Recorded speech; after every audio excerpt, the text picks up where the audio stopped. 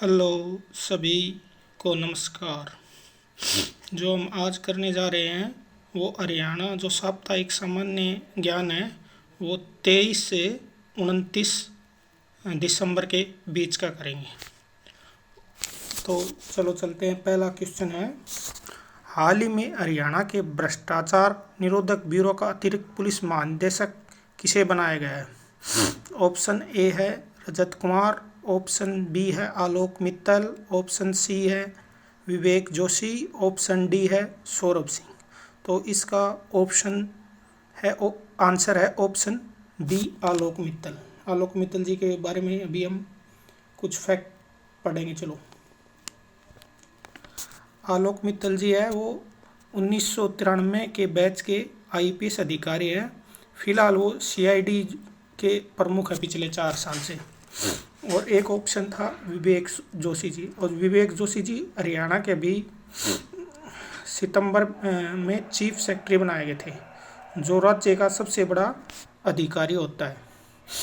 अभी question number 2 पढ़ते हैं। प्रश्न नंबर 2, हाल ही में हरियाणा के सीआईडी प्रमुख के रूप में किसे नियुक्त किया गया है?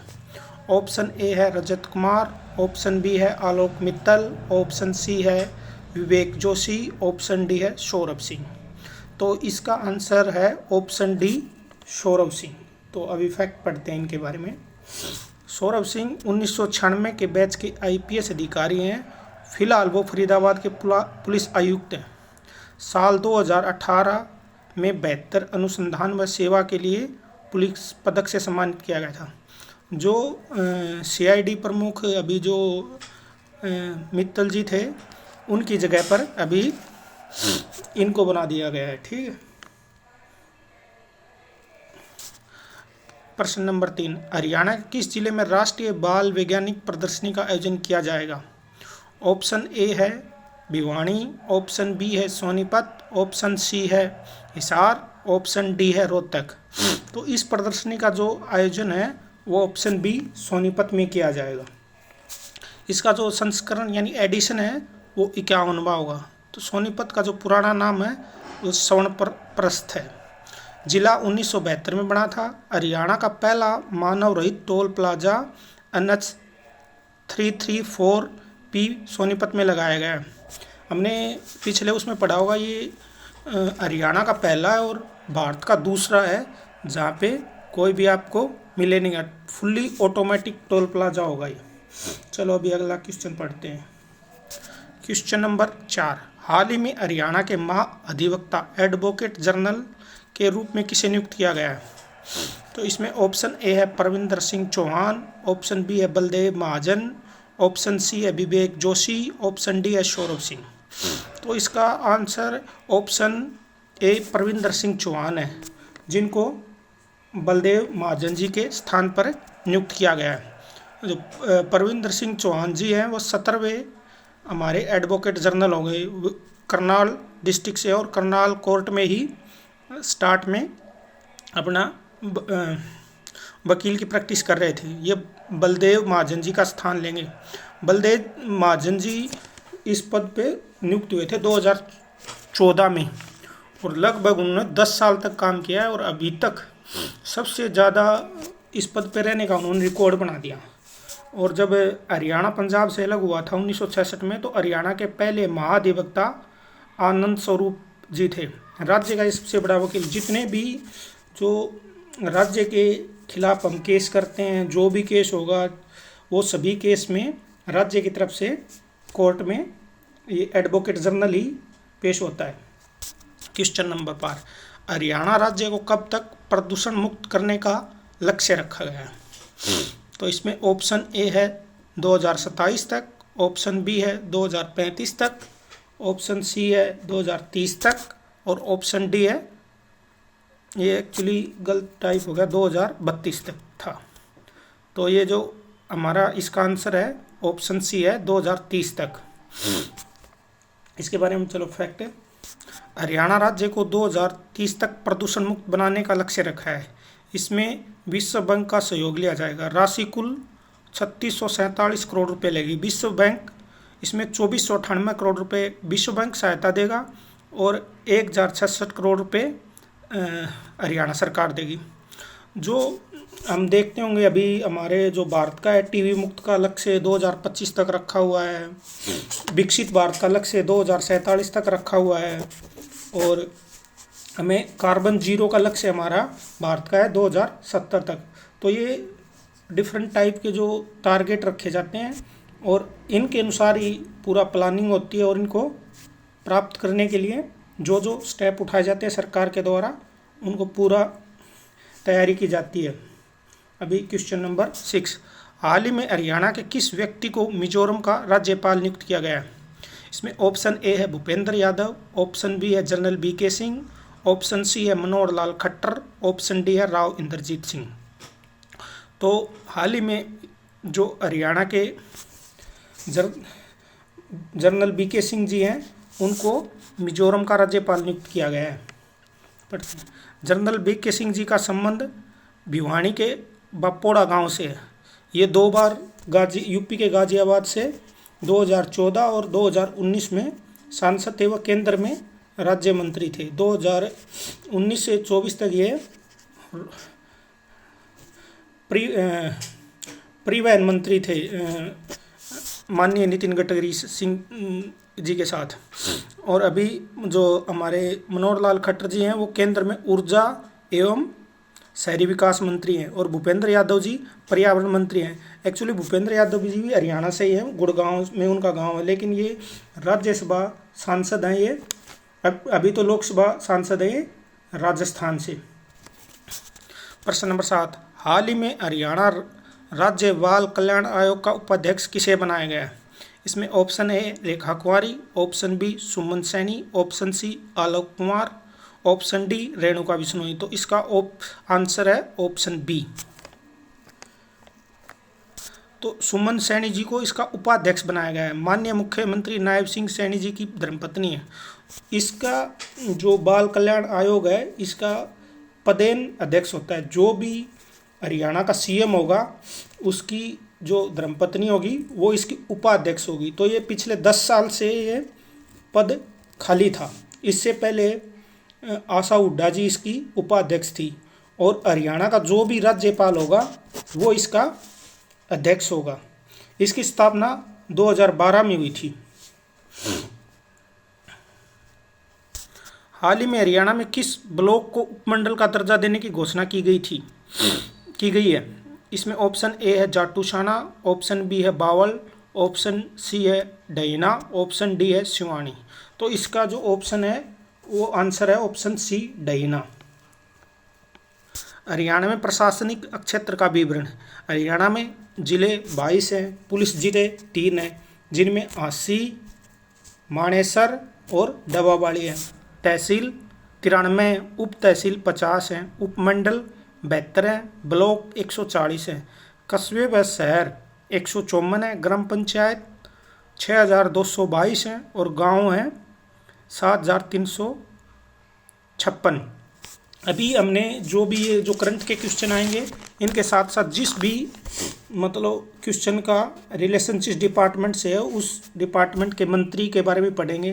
तो इस जो पंचायत एवं जो विकास मंत्री हैं, वो अभी कृष्णलाल पंवार जी हैं। हरियाणा मानव अधिकार आयोग का अध्यक्ष किसे बनाया गया? तो इसमें ऑप्शन ए है ललित बत्रा, ऑप्शन बी है कुलदीप जैन, ऑप्शन सी है दीप भाटिया, ऑप्शन डी है सौरभ सिंह जी।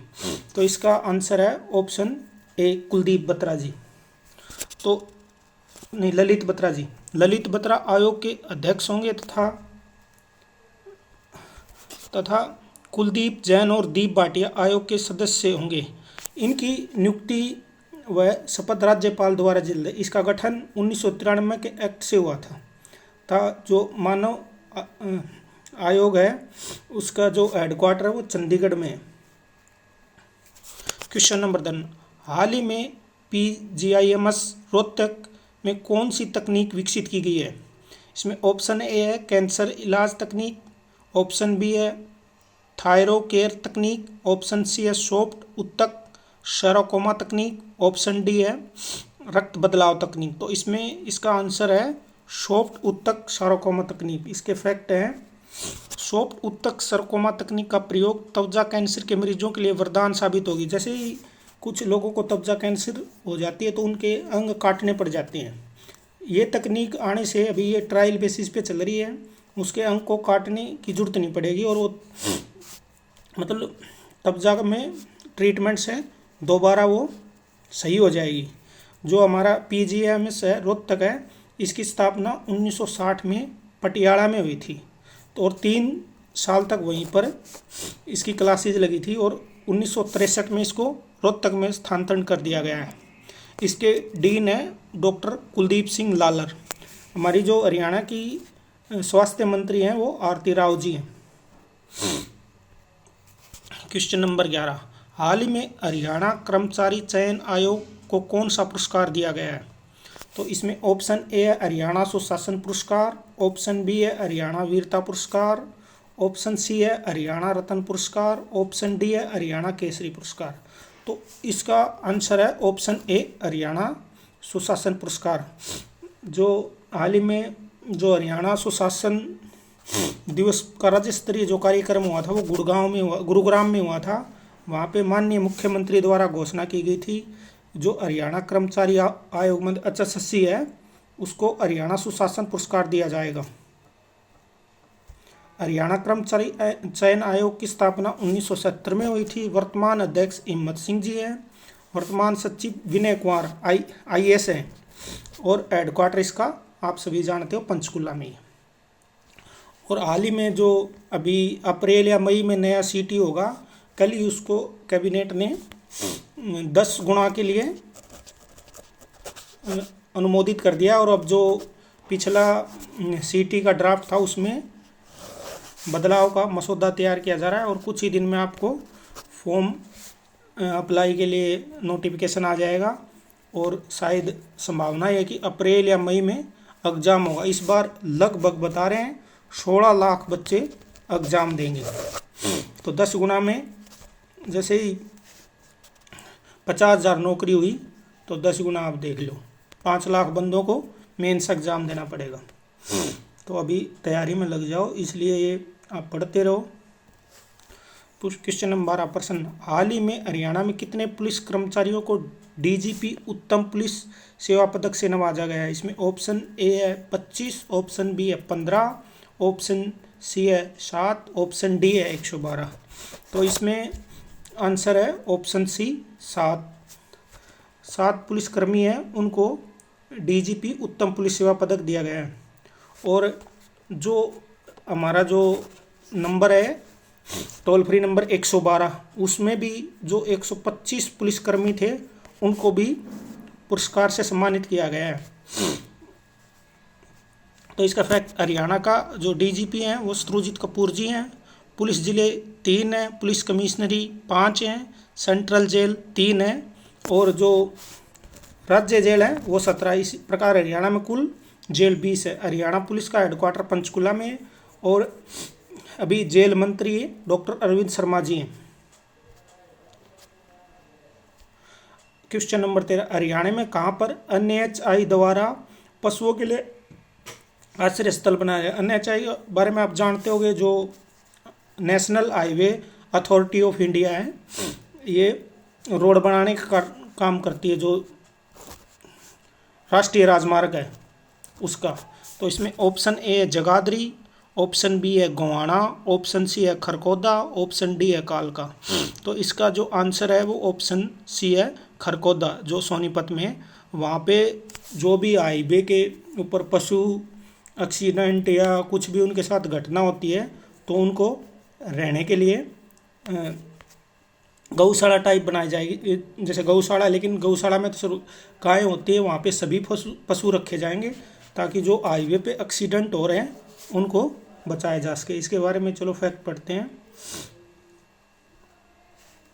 जो NHI national highway authority of India है, ये NH 33B पे बनाया जाएगा था, देश का पहला होगा। और जो इसके जो फैक्ट है, दूसरा भी हरियाणा के हांसी में बनाया जाएगा। पहला और दूसरा दोनों हरियाणा में ही होंगे। हरियाणा में राष्ट्रीय राजमार्ग की संख्या 35 है। हरियाणा में सबसे लंबा राष्ट्रीय राजमार्ग NH 9 है। अभी परिवहन मंत्री अनिल विज जी हैं। क्वेश्चन नंबर नेक्स्ट पढ़ते हैं। हरियाणा ने किसे हराकर राष्ट्रीय सीनियर महिला बैडमिंटन चैंपियनशिप में गोल्ड मेडल जीता है? तो इसका ऑप्शन ए है असम, ऑप्शन बी है दिल्ली, ऑप्शन सी है गुजरात, ऑप्शन डी है बिहार। तो हाल ही में जो ये चैंपियनशिप बेंगलोर में हुई थी और हरियाणा ने इसमें गुजरात को हराकर गोल्ड मेडल जीत लिया है। जो ये इस प्रतियोगिता का जो संस्करणीय एडिशन था वो 86वां था। आयोजन बेंगलुरु कर्नाटक में हुआ था। और जो हरियाणा की खिलाड़ी है देविका सियाग जी ने महिला एकल में गोल्ड मेडल जीता है और इनका संबंध पंचकुला जिले से है। कई बार ऐसे क्वेश्चन भी आए हरियाणा में कि इस खिलाड़ी का संबंध किस खेल से है। तो ये देविका सियाग जी नहीं है, अभी तक नाम नहीं सुना था, तो याद रखना ये भी इनका संबंध बैडमिंटन से है। हरियाणा बैडमिंटन एसोसिएशन का अध्यक्ष देवेंद्र सिंह जी हैं और हरियाणा में जो खेल मंत्री हैं वो गौरव गौतम जी हैं। तो क्वेश्चन नंबर 15, हाल ही में गुरुग्राम के किस राज्य स्तरीय कार्यक्रम का आयोजन किया गया है? हाल ही में जो गुरुग्राम में किस राज्य स्तरीय कार्यक्रम का आयोजन किया गया है? तो इसमें ऑप्शन ए है सुशासन दिवस, ऑप्शन बी है संविधान दिवस, ऑप्शन सी है एकता दिवस, ऑप्शन डी है स्वच्छता दिवस। हाल ही में इसका ऑप्शन है ए।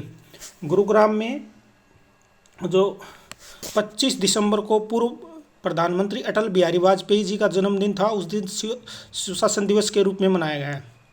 यहीं से डहीना को उपमंडल बनाने की घोषणा की थी माननीय सीएम सैनी जी, इसमें मुख्य अतिथि के रूप में आए थे और यहीं से जो हमारा HSSC है उसको सुशासन पुरस्कार देने की घोषणा हुई थी।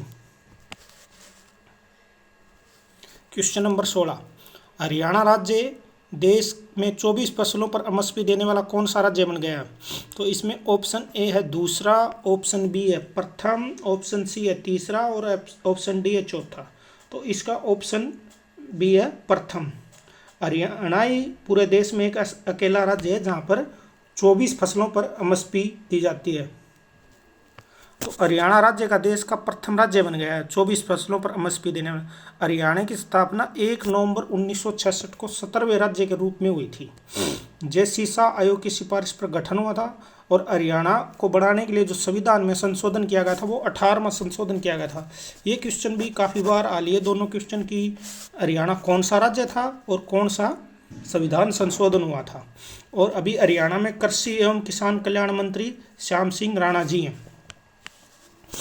क्वेश्चन नंबर 17, हरियाणा राज्य के किस खिलाड़ी को अर्जुन पुरस्कार 2025 के लिए नामित किया गया है? इसमें ऑप्शन ए है अंशुल कंबोज, ऑप्शन बी है अमन अहलावत, ऑप्शन सी है नीतू घनघस, ऑप्शन डी है अंतिम पंघाल। तो इसका आंसर है ऑप्शन सी नीतू घनघस। अभी हाल ही में भारत सरकार द्वारा जो 25 जनवरी को जो पुरस्कार दिए जाते हैं उनकी लिस्ट जारी की थी। तो इसमें हरियाणा की तरफ से नीतू घनघस जी हरियाणा राज्य की एक प्रसिद्ध बॉक्सर हैं जिनका संबंध भिवानी जिले के धनाना गांव से। इनका जन्म 19 अक्टूबर 2000 को हुआ था। कॉमनवेल्थ गेम्स 2022 में गोल्ड मेडल जीता था और ये 48 किलोग्राम भार वर्ग में खेलती हैं और इनको 25 जनवरी यानी गणतंत्र दिवस की पूर्व संध्या पर ये पुरस्कार प्रदान किया जाएगा। और जो हमारे खेल मंत्री हैं वो गौरव गौतम हैं। क्वेश्चन नंबर 18, हरियाणा सरकार ने शहीद परिवार को दी जाने वाली सम्मान राशि कितनी कर दी गई है?